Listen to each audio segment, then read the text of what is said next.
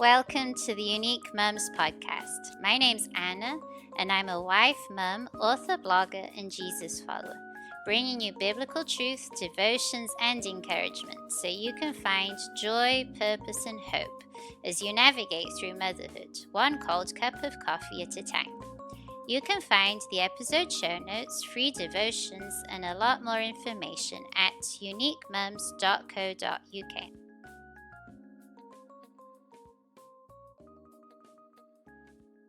Hello, Mum. Welcome back to the Unique Mums podcast. It's so good to be back after a long break over Christmas and the beginning of January.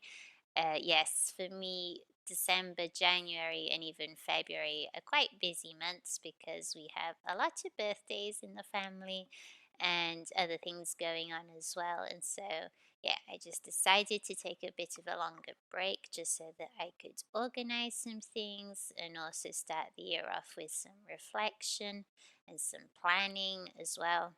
Even though I don't do New Year's resolutions in a lot of detail, I just have two or three main things.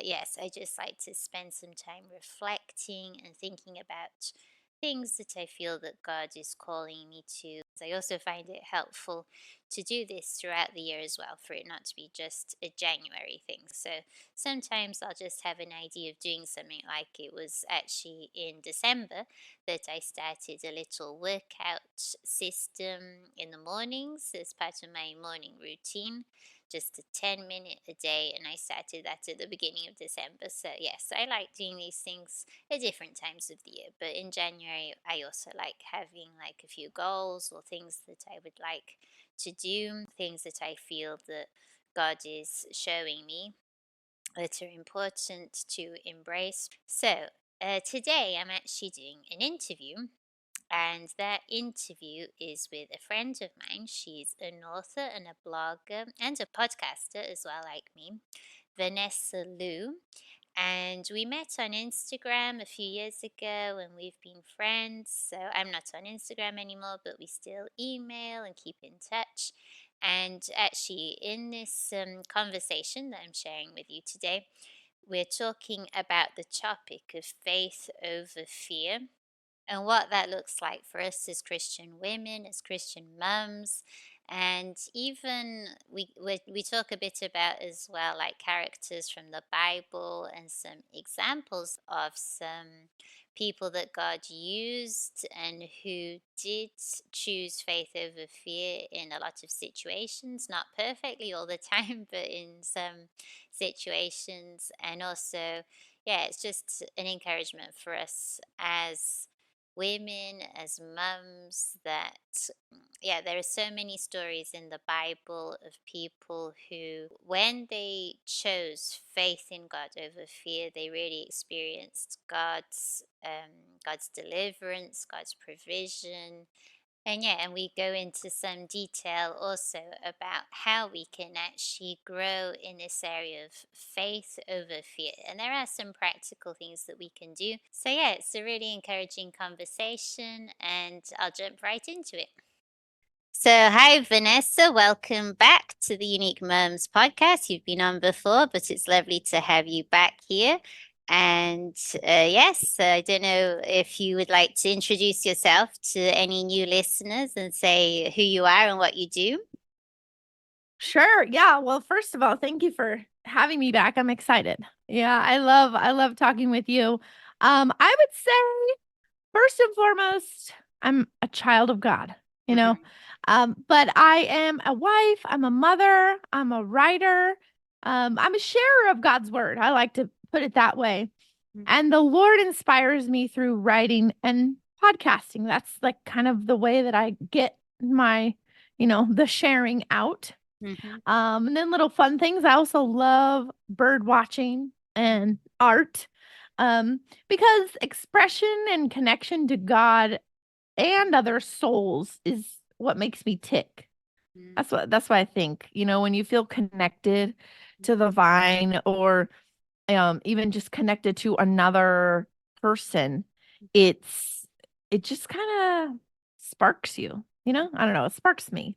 Yes, I know what you mean. Yeah, and like you were saying, sharing what you're learning. For me, at least, when I share the things that God's teaching me, it's like I somehow managed to learn better than if I just kept it to myself. Right. Yeah. And I So, think that's I for a long time I've known that that's actually a learning method mm, is you begin to teach or share what you're learning because it helps you remember it in a different way. yeah. Right. Like or if there were like, you know, five chambers of learning or something, then that fills up like two more or something, you know? Yeah. So yeah, I can't even help it now. It's just second nature. Mm, When I'm learning something, I share it, you know, or God taught me something and I'm like, oh my gosh, this is so cool, you know. Um, I can't help it. mm. I have to share it with someone. Yeah, that's good. Yeah. And well, today we're talking about the topic of faith over fear. And Hmm. so I was going to ask you if you have like a personal testimony of a time where you moved forward in faith instead of giving into fear. And what was the Yes. result of that? So, I thought of a few things that like kind of different uh examples of it, right? So, you know, anytime that I've written a book, I have to choose faith over fear. Mm, Um, you know, I have to because if I'm if I don't, I'm drowned out by, you know, thoughts that tell me, ah, it's not worth it. Nobody's even going to read it. You know, why would anyone read anything you write anyway? You know, those kind of yeah, things. yeah, So I have to root myself in the truth and say, well, this is what God has called me to do. He's made it clear. I've confirmed it several times. hmm, And so the thing that makes the faith, you know, win out is the truth. mm, Like you have to go to the truth. So the fear I experience makes me want to recoil, mm, right? yeah, Give up. There was also another time when I had to choose faith over fear when I put together a women's retreat. mm, The whole thing, I mean, I was so out of my zone, you know, I didn't know how to do anything that I did, but it was all God. mm, You know, it was just like him taking me one step at a time and being like, "Okay, I will do that." Okay. mm, Um, but I would say daily I experience fear. Um, I wish I didn't, but I do. And I think what I'm learning is like the experience isn't wrong. It's what I do with it. yeah, So, like I said, you know, the fear I experience, it makes me want to recoil, it makes me want to give up, makes me want to just like not even try. Like, what's the point? But um, I choose to cast out the lie playing in my head or the lies, and instead speak God's truth over it. mm, Right. yeah, So, like a common everyday example that may sound really stupid. It sounds stupid to me, but it's the truth. Um, daily, I'm afraid of messing up. mm, I'm afraid of messing up the time schedule. mm, You know, that's stupid. I think that's stupid, but that's the reality. hmm, You know, I feel so responsible for getting my kids to school on time, being on time for work, yeah, um, and then, you know, and being on time for others. And I'm not saying that we should be careless and say, oh, it doesn't matter what time I show up. No, it doesn't, it does matter. But if God is guiding my steps, I can rest in that and work from there. But I have to battle that fear pretty much on a daily basis. mm, It's not like I just wake up and I'm fine. I have to like fight. yeah, um, so for me, the best way to act in faith instead of giving into fear is by abiding in the word mm, and in God's presence. If I don't know the truth of God's word, I can't let it comfort me or give me the courage I need to press on. mm, And I think, you know, that's a big part of it. We want comfort, we want courage, but if we're not in the word, we can't get it. Mm, You really can't, because you're just getting it from the world, which is synthetic. It's not true, and therefore it doesn't hold up. And then you're unsatisfied, you mm, know, yeah. or you're without help. So some of the ways that I abide, um, instead of just saying, "Oh, I abide in God's word," I thought, well, maybe I should share some examples of what that looks like for me. Yeah. Is I Mm-hmm. read the Bible, I write the Bible, Mm-hmm. I speak the Bible. I speak his word over myself. Mm, So when I'm going through it, I'm writing it, I'm saying it, mm, letting myself hear his word. yeah. Those are some of my practices. And then the other part of that is holding every thought captive. And I ask myself, well, is that truth Mm-hmm. or is that false? Because if it's false, I don't even need to entertain it anymore. I don't need to like try to figure it out. I don't need to try to problem solve it. It's not even true. So I'm Mm-hmm. not even going to deal with it. And I think the more that you do abide in God's word and his truth, the easier it is to cast out the lies because you know the truth. Yeah. Yeah, that's But right. if you don't know it, then that practice isn't going to be very effective because you're going to be like, well, I don't know. Is that true or is that false? I'm not sure. Hmm. Yes, it's true.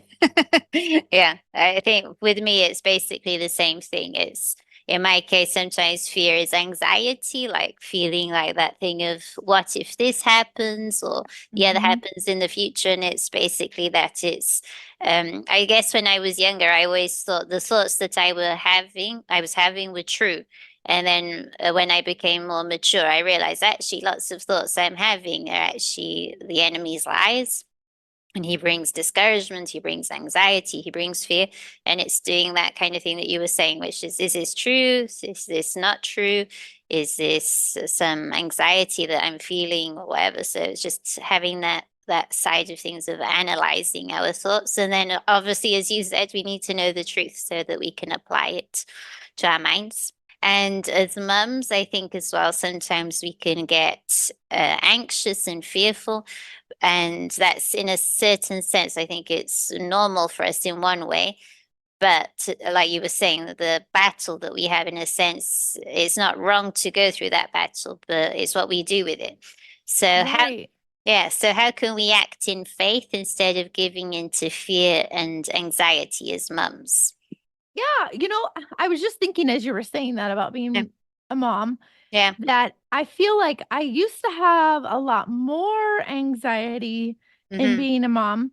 And now, through God, through his renewing me, strengthening me, growing me, as a mom, I don't feel very much. Like mm, that's not very consistent. I actually see the fruit from living my life with God in my children. But I think it really goes back to those things. As moms, we have to drench ourselves in the word. mm, We have to. Because we're not gonna, it's just not gonna happen accidentally. mm, It's not like, oh, well, God's real, so it'll be like he'll eventually make me not afraid. Like we have to know the truth so mm-hmm, that we can battle. yeah, And then, more personally, the battle gets me down. mm-hmm, Like sometimes I'm so upset with it mm-hmm, because I think, why am I still battling fear? Why? Like, it's so stupid. Like I said before, like, just speaking plainly, like, it really bothers me because I feel like, so God, like, the enemy even uses that. So, like, if I'm battling, he's like, haha, see, look at you. Look how weak you are. Look at, you're still battling fear. And then I'll be like, yeah, you're right. What's wrong with me? Like I thought I knew. I thought that I was strong in the Lord. And I am. But see, he makes me think I'm not because yeah, of the battle. And so um, you know, I just have to throw it all out and say, no, the battle is normal. Like that's I count that as part of the trials as Mhm. following Jesus. Like, you know, Mm. you will have trials, but take heart, I've overcome the world. Yeah. I put that in my battles. Like I think, okay, well, this is part of my trials, Mm. is that I do have to battle the flesh, Mhm. you know, and so I would just say the more that you just kind of drench yourself in the promises of God and actually get them from the Bible and not just, things Yeah. you see on social media or hear or whatever, because sometimes those things are not accurate. The the stronger you can become. Oh, also, sorry, I should have said this a while ago. I've learned when you choose faith, when you choose to step forward, even though you're scared and you have no idea how it's going to turn out, but you Mhm. go, okay, I'm going to trust God. And Mhm. you take that step over that invisible line I like to Mhm. picture. God always meets you on Mhm. the other side of it. Mhm. And for me, that's what helped me get stronger in my faith, because it was like, oh my gosh, every time that I've ever been afraid to cross that line, but I'll be like, okay, if I really trust God, I'm going to do it. So I do it. I have no idea how it's going to turn out, right? Mhm. But I believe God will be with me. And guess what? He always is. And after I take the step, I have peace.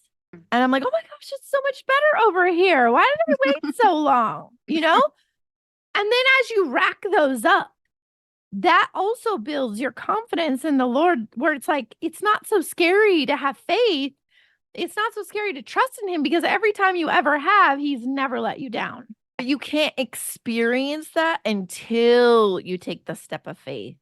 Like you can't experience that while you're just staying in fear and going, well, hopefully God will show me something and then like, that's not faith. Yeah. That's like waiting for proof. But the Bible says, faith is evidence of the thing, like Yeah. belief in the things we haven't seen. Yeah. And if we've already seen it, it's not faith. Yeah, that's it. Yeah. We have to, like, faith is actually the action as well. It's not just, sometimes we think of it as like a feeling or, Hmm. but actually real faith is actually taking steps of faith, and it's the action.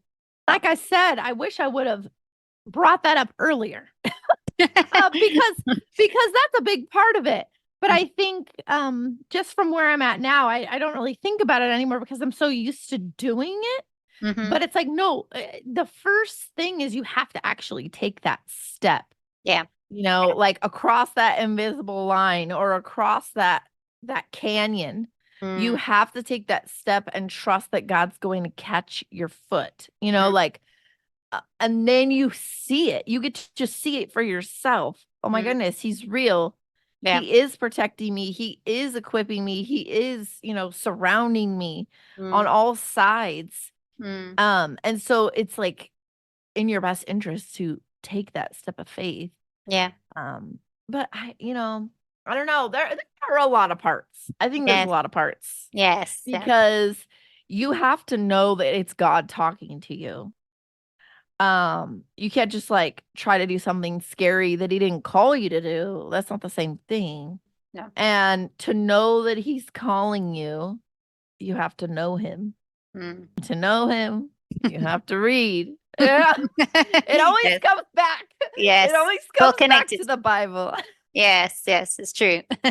Yeah, that it's funny how like in Christian faith so many things are like connected, aren't they? Like you need one thing and then you need the other, and it's all kind of related as well. Like even prayer, I was thinking, so there's the part of reading the Bible, then also in prayer, like bringing all of our fears, anxieties, worries, bringing them to God in prayer, and then just asking for His, for Him to show up and to help us where we are in our weakness and with our battle. Yeah, so Yeah. yeah, there's so many different things. And in your latest book, The Wilderness Remains, you write about characters in the Old Testament and how relevant their stories are for us today. Which Yeah. story do you think best showcases this area of faith over fear? Well, so in The Wilderness Remains, the Hmm. entire book is from Exodus. So, there's not too many characters that are named, But Moses is definitely one who Hmm. exercises faith over fear. And I did think it'd be fun to share example of a character who chose fear over faith. The Yeah, comparison. yeah, of course. Yeah. So we know, it's very clear that when you read Exodus, Moses was like, "What? I can't be the guy. Like, no way. Can you pick someone else? Like I don't speak well. Like, why are they going to listen to me? What am I going to say?" Like, he had so many doubts about his call. But God told him, "No, it's you. And I'm going to be with you and I will give you helpers. You're going to do it." And he did it. So, like, in his thing, he obeyed. Sure, he had hesitations, and I love that actually because it does help it be way more relatable. Mm-hmm. If he didn't have any hesitation, it would be like, "Oh, that's weird." Like, "Oh, well, he must be different than me because I'm scared." No, Moses was scared. He was scared, but he chose to obey. After, several conversations with God back and forth. Wait, are you sure? But he did it, and God delivered the Hebrew people through Moses. Mm. And that was a huge thing. And he did many miracles. Um, you know, God did many miracles through Moses. Okay. Um, Now another character in this where we see the exact opposite from me anyway, what I saw was Aaron. Aaron shows us like an example of fear winning over his faith. Okay. When the people were restless and impatient, when Moses was up on the mountain getting the 10 Commandments, right? Instead of reminding them of what was true, that God was their God and working on their behalf, and that Moses would be back to lead them further, he could have done that.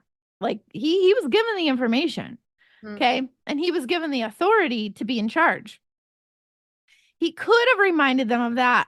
And like Moses is going to be back. He's going to take us to the next step. But instead, he appeased their anxiousness, right? He appeased their restlessness with forging a golden calf. And to me, what I see is he cared more about their approval, right? Like he cared more about his approval rating than the truth.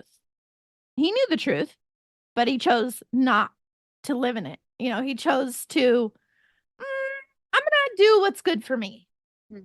And I think that is extremely relatable as well, because whether we realize it or not, a lot of times we are choosing fear because we're choosing ourselves. We're choosing what we think is the best for us, Mm. but God has something different.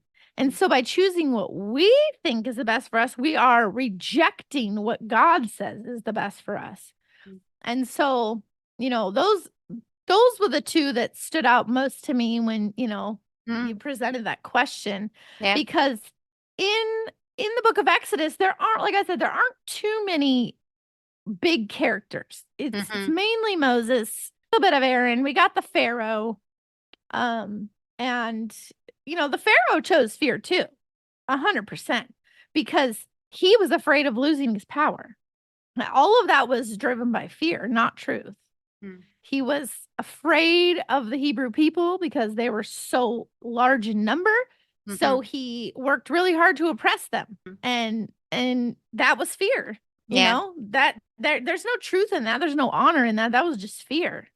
Yeah, yeah. It's interesting how how relevant it is when we read these stories of the Old Testament, isn't it? Like as you were saying, like Moses's faith was so real. Like it didn't mean he didn't have any doubts or struggles along the way, but he ended up obeying God. And yeah, it's just interesting how each story is relevant for us. Oh yeah. Yeah, And yeah. there's another example in there that I just thought of with Moses.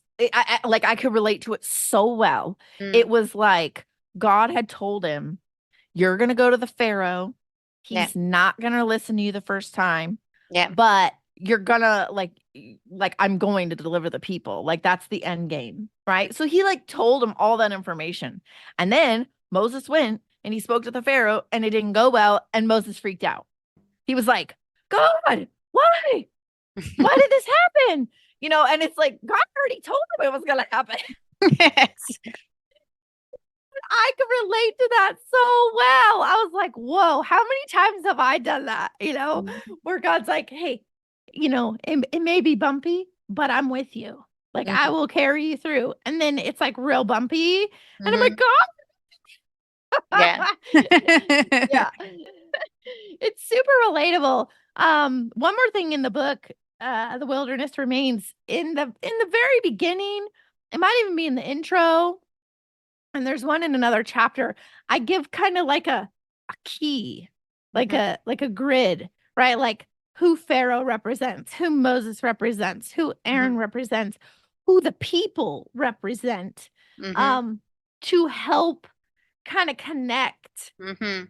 Yeah. now to back then. Mhm. Um, to kind of enhance your experience Mhm. through Yeah. Exodus instead of treating it like some outdated old story that does like, oh, okay, yeah, that happened. No, Mhm. no, it can be so alive in your life right now. You can see God still working in the same ways when you kind of use that grid or that lens to read the story with. So, Yeah, it's really good, and I've actually started reading your book, and I'm enjoying it. I was actually reading it on the plane the other day, and I was thinking, oh, this is so good, and so I'm going to try and finish it in the next few weeks. But yeah, it's been really like a blessing to read through it, and I think it's so practical as well, like the questions that you ask and everything. So yeah, I think it's really good and helpful for us because a lot of books focus, like Bible study books, focus a bit more on the New Testament, and there's nothing wrong with that. But it is good to also look through these Old Testament characters and stories, and they're very encouraging. And even the other book, the first part, which was, remind me of the name again of the the first one. relevant Old Yeah, Testament. that's it. The relevant Old Testament. I remember reading through the story of Isaac and Rebecca, and that really touched me. Mm. It was like what Mhm. I needed in that season of my life, like just reading through that story and everything. So, and the Yeah. questions you asked and everything, it was really good to kind of highlight certain points because it's this process of discovery, I suppose, in the Bible when we're like really reading it and like finding like little details and things. Oh yeah, that's true. I go through this as well or whatever. So, Mhm. yeah, so good. Like I said before, everything I write, it's it's just like what God's inspiring me. It's like what he put in my head, Hmm. like lit up. And Yeah. then I'm like, "Oh." So one of those things is encouraging, enticing people, if you will, to go Hmm. back to the Old Testament.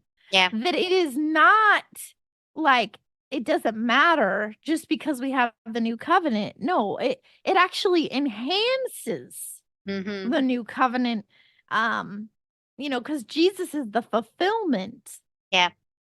of the covenant. And so it's like it actually enhances it and strengthens the Hmm. Bible as a whole Yeah. when you Yeah. when you read both. Mm. Um, Yeah. so Yeah. It's yeah. really good. Yeah. So, where can people find you, your podcast, and your books? Yes. Well, so on Instagram, I still go live Hmm. Monday Okay. through Friday, Hmm. at 9 a.m. Mountain Time, and I read the Bible. I Hmm. read the Bible. It's called Daily Bible Reading. And so I just read small passages each day and kind of share whatever God makes me aware of in that reading. I do it, it's all just like on the cusp. It's just like right there. Yeah. And then the podcast you can find on all major platforms, including Spotify and Okay. Apple Podcasts. And Hmm. I really do love the podcast. I really do. I love all the interviews I got to have. Some are with you. Hmm. Yeah. And I feel like, the people who have listened and let me know they find a lot of encouragement for their faith That's good. and living because you don't have to be perfect podcast. Hmm.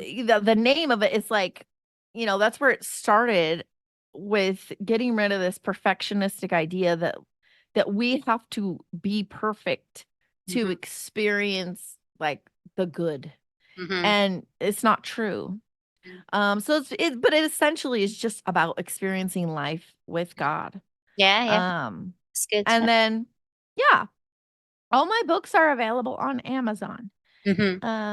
So that's just an easy buying option. Mhm. You can get it ebook, paperback, and I even have a hardcover Ah, for okay. The Wilderness Remains. I was so excited about that because I've Mhm. never had one. And I was like, it's Yeah, yeah, that's good. a hardcover. Yeah, and with Yeah. these non-fiction books, Christian books, it is good to have like a paper copy to underline things or write things in Oh even. yeah. Yeah, so. Oh, I love,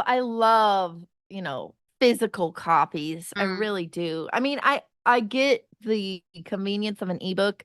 That's Mhm. why I make them, but Yeah, I love having a hard copy. yeah. Also with the Wilderness Remains this time, I created a companion journal to go Okay, with it good. Ah, so okay. that you don't have to write in your book and You make can it all get. messy. You can write in the journal instead, and it's Ah, all formatted to follow the book. okay, So, okay, that's good. Okay, so I'll have to look into that actually because I got The Wilderness Remains on the Kindle, and yes, mhm. sometimes I was actually thinking that I have my own journals, but it's actually good to have like something that's actually accompanies the book because that way it's like all ready with Yeah. And questions. it has the questions Yeah, exactly. Yeah, from the book in the journal, yeah, and yeah, so it's yeah, kind of helpful. yeah. That's good. Well done. Okay, so thank you for coming on today. It was really good to chat, and yeah, it was really encouraging as well. Yeah, yeah, you encouraged me too, so thank you so much.